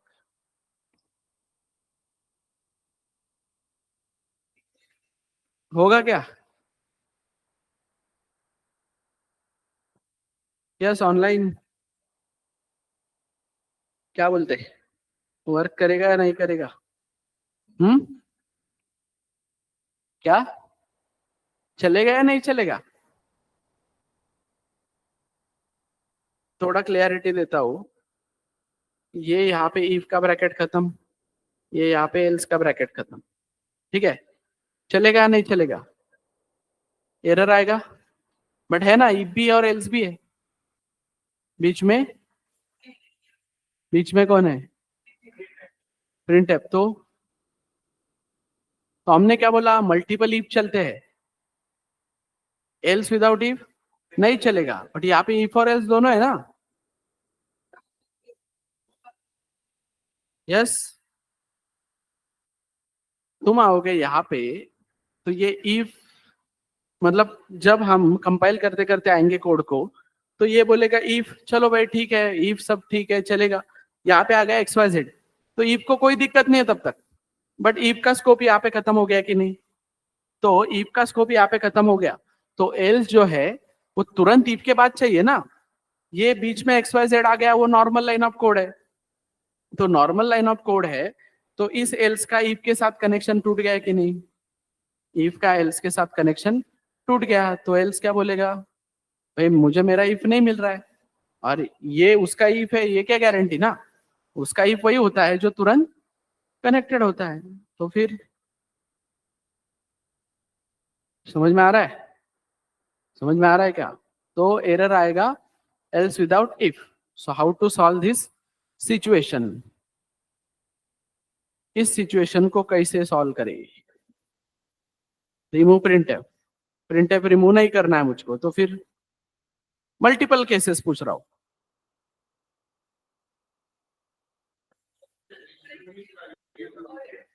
Else को एक इफ लाने का, वो भी नहीं करना है।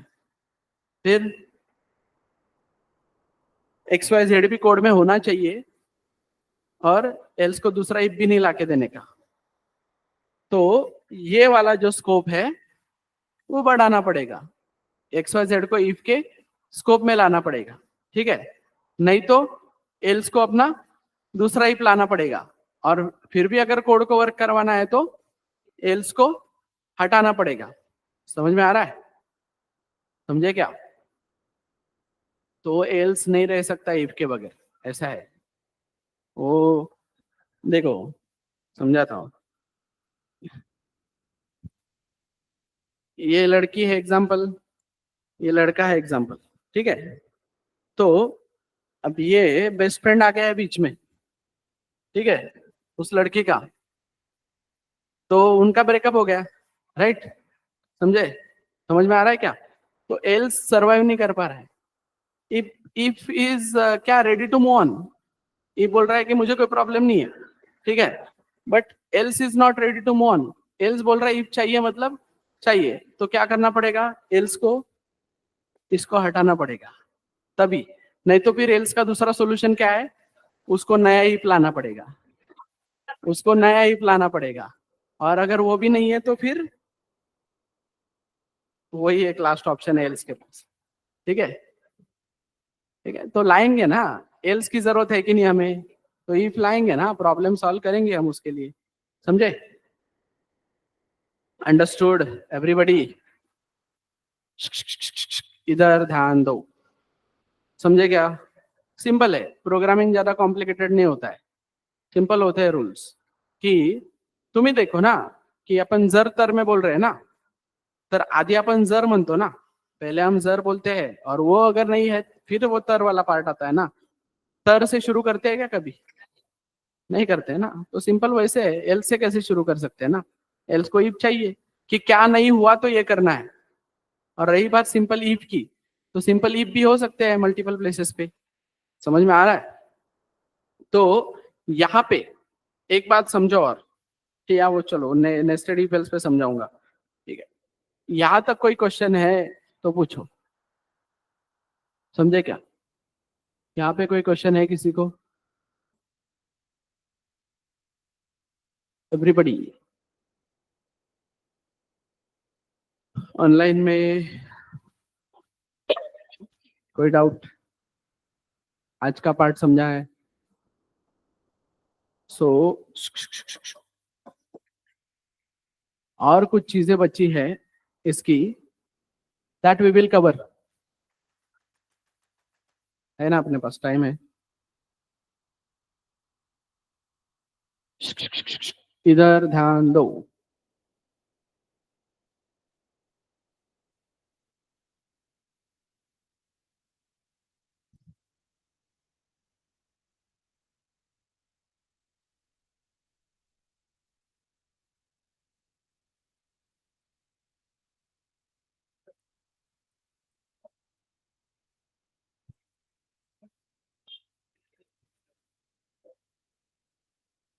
क्या बोलते, क्या रहेगा आउटपुट? क्या आउटपुट आएगा इसका?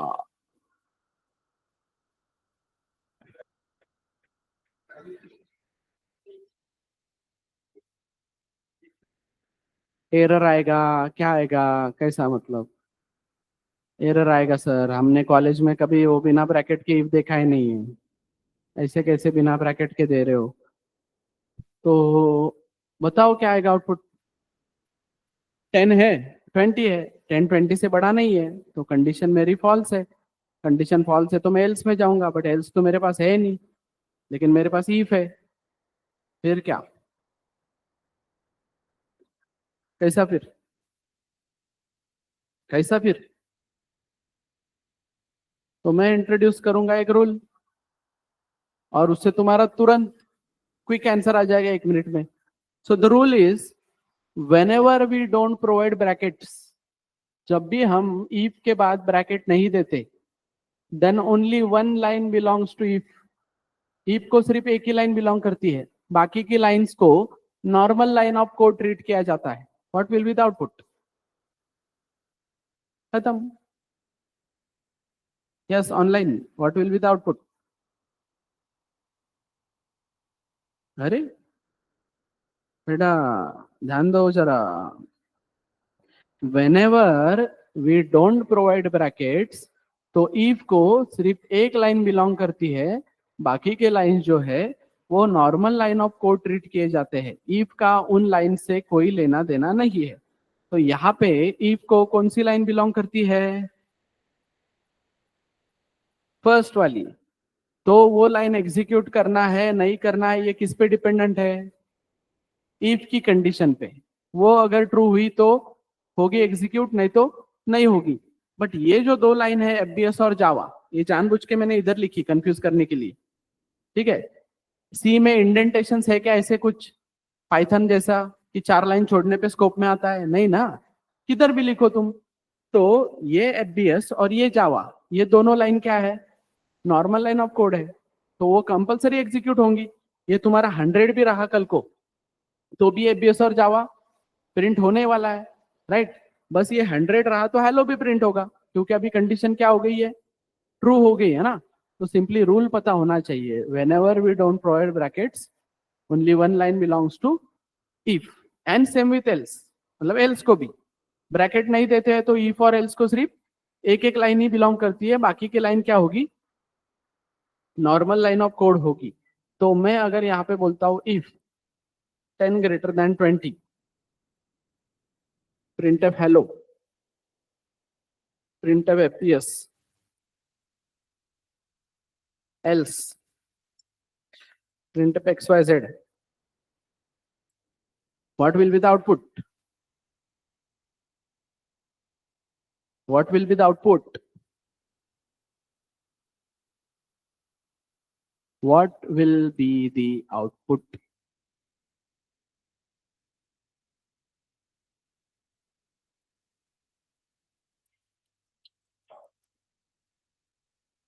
अरे भाई आउटपुट क्या रहेगा?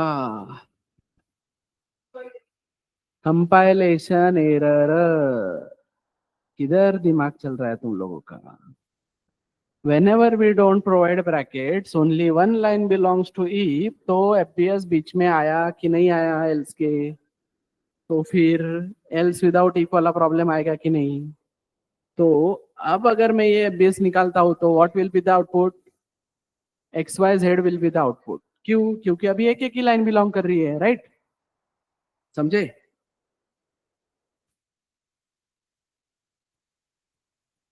इफ 10 ग्रेटर देन 20,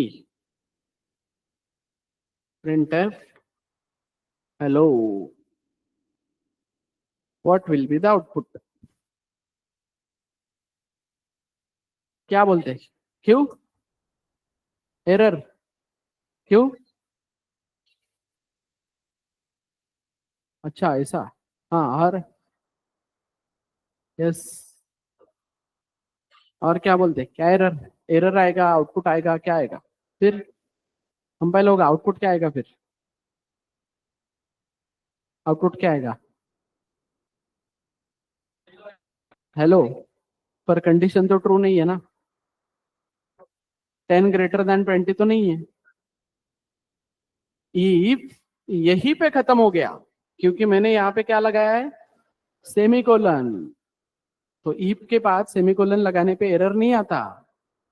इफ के बाद सेमीकोलन लगाया तो इफ कंप्लीट हो जाता है। इफ के बाद सेमीकोलन लगाने पे एरर कब आता तुमको? जब तुमने यहाँ पे एल्स लिखा होता, ठीक है, तो तुमको एरर आता। और पर वो एरर किसका होता? एल्स विदाउट इफ वाला, क्योंकि इफ यहीं पे खत्म हो गया ना और एक लाइन बीच में आ गई, तो एल्स विदाउट इफ वाला वो एरर है। और ये एरर हटेगा कब? ये सेमीकोलन निकालने पे। फिर बच्चों को क्या लग रहा है? वो सेमीकोलन की वजह से है। वो सेमीकोलन की वजह से नहीं है, वो एल्स विदाउट इफ की वजह से है। समझ में आ रहा है? क्योंकि एल्स को उसका इफ नहीं मिल रहा ना, सेमीकोलन का कोई लेना देना नहीं था, राइट? फिर तुम पढ़ नहीं रहे हो वहां पे। समझ में आ रहा है क्या हो रहा है? तुम प्रॉपर एरर पढ़ नहीं रहे हो। एरर ने सीधा मेंशन किया है कि भाई एल्स विदाउट इफ नहीं है, चलेगा, राइट? तो तुमको लग रहा है सेमीकोलन की वजह से आ रहा है और वो हटाने पे गया भी ना, तो क्या प्रूफ ऑफ कंसेप्ट चाहिए फिर? लेकिन गलत प्रूफ ऑफ कंसेप्ट है ना, तुमने पढ़ा ही नहीं हो बराबर। सेमीकोलन लगाने के हटाने की वजह से गया क्या वो? नहीं, एल्स को इफ देने की वजह से गया। और एल्स को इफ क्यों दिया हमने? क्योंकि इफ यहाँ पे खत्म हो गया था, तो हमने उसको वहां पे खत्म नहीं किया, ये लाइन पे खत्म किया। तो तीन तरीके से इफ का स्कोप खत्म हो रहा है। कैसे? एक तो वन लाइन बिलोंग से, एक तो तुरंत सेमीकोलन लगाने से, या एक तो ब्रैकेट से। समझ में आ रहा है? तो सेमीकोलन लगाने से इफ वहीं पे खत्म होगा, बट सेंस नहीं है ना वैसा इफ लिखने में, जिसके पर कभी कभी गलती से लग जाता है ना। समझ में आ रहा है? कभी कभी गलती से सेमीकोलन लग जाता है, हमको रियलाइज नहीं होता है। फिर भी मेरा हर बार आउटपुट हेलो आ ही रहा है। अब ये केस में ट्रू रहे या फॉल्स रहे, हर बार हेलो आ रहा है। तो फिर मुझे क्लिक होगा ना कि अरे इफ के पास जाके देखता हूँ सेमीकोलन तो नहीं लगाया कहीं पे। फिर जब ये सेमीकोलन में हटाऊंगा, तब मेरा हेलो एक बार प्रिंट होगा, एक बार नहीं होगा। मतलब ट्रू पे प्रिंट होगा, फॉल्स पे नहीं होगा। ये समझ में आना चाहिए वहां पे कि एरर किस वजह से आया है, क्या रूल है। समझ में आ रहा है? अननेसेसरी सेमीकोलन लगाने से एरर नहीं आएगा वहां पे। बस इफ का स्कोप खत्म हो जाएगा, आगे के लाइंस को normal line of code treat किया जाएगा। अब इस पे कितने भी एमसीक्यू बनाओ, सॉल्व कर सकते हो कि नहीं तुम लोग? रूल मतलब देखो ना, अभी सिंपल हुआ कि नहीं अपना काम। मेरे पास इंटीजर नंबर है इक्वल्स टू 8, और मैं बोल रहा हूँ if number mod 2 exactly equals to 0, तो क्या? printf even else printf और क्यों वो ब्रैकेट लू ना, 4 लाइन तो मेरे वो ब्रैकेट में ही जा रहे हैं। अगर मेरे इफ को एक ही लाइन बिलोंग करती है, मेरे एल्स को एक ही लाइन बिलोंग करती है, तो मैं ब्रैकेट्स नहीं दूंगा ना, क्योंकि सिंपल है, इफ और एल्स को अगर एक लाइन बिलोंग करती है तो ब्रैकेट नहीं दिए तो भी चलेंगे। एक से ज्यादा लाइन का अगर काम है, then you should go with that brackets, right? Understood? समझे क्या? इसमें कोई डाउट? तो चलो फिर, क्वेश्चन है कोई तो पूछो, नहीं तो रुकते हैं आज के लिए। यस, ऑनलाइन में लोग समझ में आया क्या सब लोग? कैसा रहा सेशन आज का, बताओ जरा।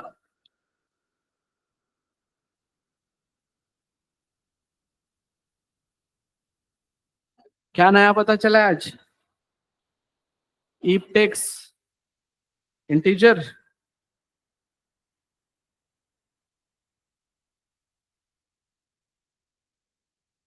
ओके, तो वही मैं बोल रहा हूँ कि बेसिक बेसिक चीजें हैं, सिंपल चीजें हैं, बस वाई क्लियर करवाना है।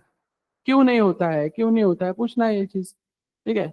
एम% लिखना ही पड़ता है सर। हाँ, क्यों लिखना पड़ता है बता? स्कैन ऐप में एक आर्ग्यू की थी, मैं आईएमसीसी में लेक्चर लेने गया था ना, नहीं नहीं वो लिखे वगैरह होता ही नहीं है। प्रूव करके दिखा सकता हूँ ना, अभी प्रूव करके दिखा सकता हूँ कि एक्स में एड्रेस स्टोर करता हूँ और स्कैन एक्स को करता हूँ, तो बराबर वो ए में जाके स्टोर होगा। बट क्यों करूँ ना, ऐसे क्यों खाऊं ना मैं, जब मैं ऐसे खा सकता हूँ तो? सिंपल है ना? फिर तो वो वाला पार्ट है, तो ऐसे मैं खा सकता हूँ क्या? खा सकता हूँ, बट बहुत डिफिकल्ट है ना, फिर हार्ड वर्क है ना उसमें, तो वो वाला प्रॉब्लम है बेटा। तो ऑप्टिमाइज करने के लिए तुमको ये बेसिक चीजें पता होनी चाहिए, और ये एकदम बेसिक पार्ट है। और ये औसम उन्हीं लोगों को लगता है जो पहले ये गलत वाला सी पढ़ के आए हैं, जो पहली बार पढ़ रहे हैं उनको वो इसमें भी मे भी थोड़ा सा कॉम्प्लिकेटेड लगता होगा कि ये क्या है, बट जो पहले पढ़ के आए हैं दे कैन अंडरस्टैंड ये क्या है एग्जैक्टली exactly. तो समझे? सिंपल है चीजें, मैं कल भी बोला तुमको कि उन टीचर्स को अप्रिशिएट करना चाहिए जो बताते हैं। इफ इंटीजर लेता है, प्रिंट एप इंटीजर रिटर्न करता है, डमी क्या होता है वगैरह, ये सब चीजें पता चलेगी तो आगे पटापट पटापट काम होंगे ना अपने। नहीं तो फिर क्या है, फिर वो देवाच असतं ते, लिखना पड़ता है। फिर क्यों लिखना है, नहीं नहीं लिखना होता है, ऐसा होगा ना वो बहुत बार कि अरे वो ब्रैकेट देना पड़ता है वहां पे, इफ के बाद ब्रैकेट देना ही पड़ता है। नहीं देना पड़ता है ना, एक लाइन है तो क्यों देना है? काम आसान हो गया ना मेरा, 4 लाइन बच गए कि नहीं? 4 लाइन का छोड़ो, सिंप्लिसिटी है कि नहीं वहां पे? सिंप्लीफाइड, अभी आदत भी हो जाती है वो, तुमने देखा होगा। अभी वो मैं तुमको ये 1 लाइन पढ़ाने से पहले मैं पहले प्रिंटअप लिख देता था, बाद में वो ब्रैकेट ड्रॉ करता था जगह निकाल के वहां पे, तो वो है पार्ट। तो 1 लाइन बिलोंग्स, और ये रूल सेम रहेंगे आगे। तुम कंटिन्यू जाओ, जावा में जाओ, जावा स्क्रिप्ट में जाओ, कहीं पे भी जाओ। पाइथन का थोड़े से रूल्स अलग है बस, उनका वो इंडेंटेशन वगैरह, हाँ इंडेंटेशन वाला पार्ट, इंडेंटेशन समझता है सबको। अब देखो मैं कोड लिखते वक्त ये यहाँ पे भी लिख सकता हूँ लाइन, और ये लाइन भी यहाँ पे लिख सकता हूँ, लेकिन बराबर में 4 4 लाइन आगे जाता हूँ कि नहीं? इन चीजों को बोलते हैं इंडेंटेशन, ठीक है? एक प्रॉपर अलाइनमेंट में देना है, मतलब ये इफ तो उसके अंदर का कोड 4 लाइन छोड़ के, एल्स उसके अंदर का कोड 4 लाइन छोड़ के, बट कंपल्शन नहीं है, ठीक है? बट वो तुमको रीडेबिलिटी के लिए समझ में आना चाहिए ना वो चीज, तो फॉर दैट पर्पस, क्लियर? तो इंडेंटेशंस वगैरह प्रॉपर फॉलो करो, मतलब मेन के अंदर जो कोड है पूरा 4 लाइन छोड़ के नीचे आना चाहिए, ऐसे ऐसे हो जाएगा बराबर। तो जब तुम्हारा नेस्टेड इफ एल्स आएगा बहुत सारा, अब ईफ के अंदर ईफ, ईफ के अंदर ईफ, ईफ के अंदर ईफ एल्स, तो फिर तुम एक ही लाइन में लिखोगे तो पूरा कंफ्यूज हो जाओगे ना कि किसका ब्रैकेट किधर शुरू हो रहा है किधर क्लोज हो रहा है। तो कल बताऊंगा जब नेस्टेड इफ एल्स शुरू होगा तब, ठीक है? तो कल है अपना क्या, फ्राइडे ना? हाँ, तो उनको इनफ काम मिलेगा फिर इफ एल्स पे। तो द थिंग इज आज का क्या है, असाइनमेंट ही फेल्स का। हाँ हाँ, असाइनमेंट भेजते हैं ना तुमको ग्रुप पे। यस, इवन ऑनलाइन के लिए भी टेलीग्राम का जो फ्री ग्रुप है वहाँ पे असाइनमेंट भेजने को लगाता हूँ मैं। तो वहां से तुम असाइनमेंट पे काम करना शुरू करो। जो जो क्वेश्चन समझ में आते हैं वो करो, जो नहीं समझ में आते हैं वो प्रॉब्लम स्टेटमेंट लैब में तुमको एक्सप्लेन किया जाएगा। ठीक है। और ये जो प्रूफ ऑफ कंसेप्ट है कि वन लाइन, मतलब सिंपली बात देखो, जो भी मैं पढ़ाता हूँ, ये लेक्चर का तुमको रिकॉर्डिंग भी मिलता है, तो जो भी मैं पढ़ाता हूँ वो सब टाइप करके चेक करके देखना है, मुझ पे भरोसा नहीं रखना है। कल को मैं गलत पढ़ा दिया तो फिर मेरा कुछ नहीं जाएगा ना, तुम्हारा जाएगा ना फिर। तो वो प्रूफ ऑफ कंसेप्ट ट्राई करके देखना है कि ये समझ में क्या ये सर ने बोला था ये करेक्ट है क्या, सेमीकोलन लगाने पे एरर नहीं आता है, नहीं आता है मैं बोल रहा हूँ, चेक करना उधर। कंपाइलर झूठ थोड़ी बोलेगा ना फिर। कोड नेवर लाइज, खत्म। कोड झूठ नहीं बोलता है, इंसान झूठ बोलते हैं। ठीक है। So that's it for today. कल कंटिन्यू करेंगे विथ नेस्टेड इफ एल्स। चलो, थैंक यू।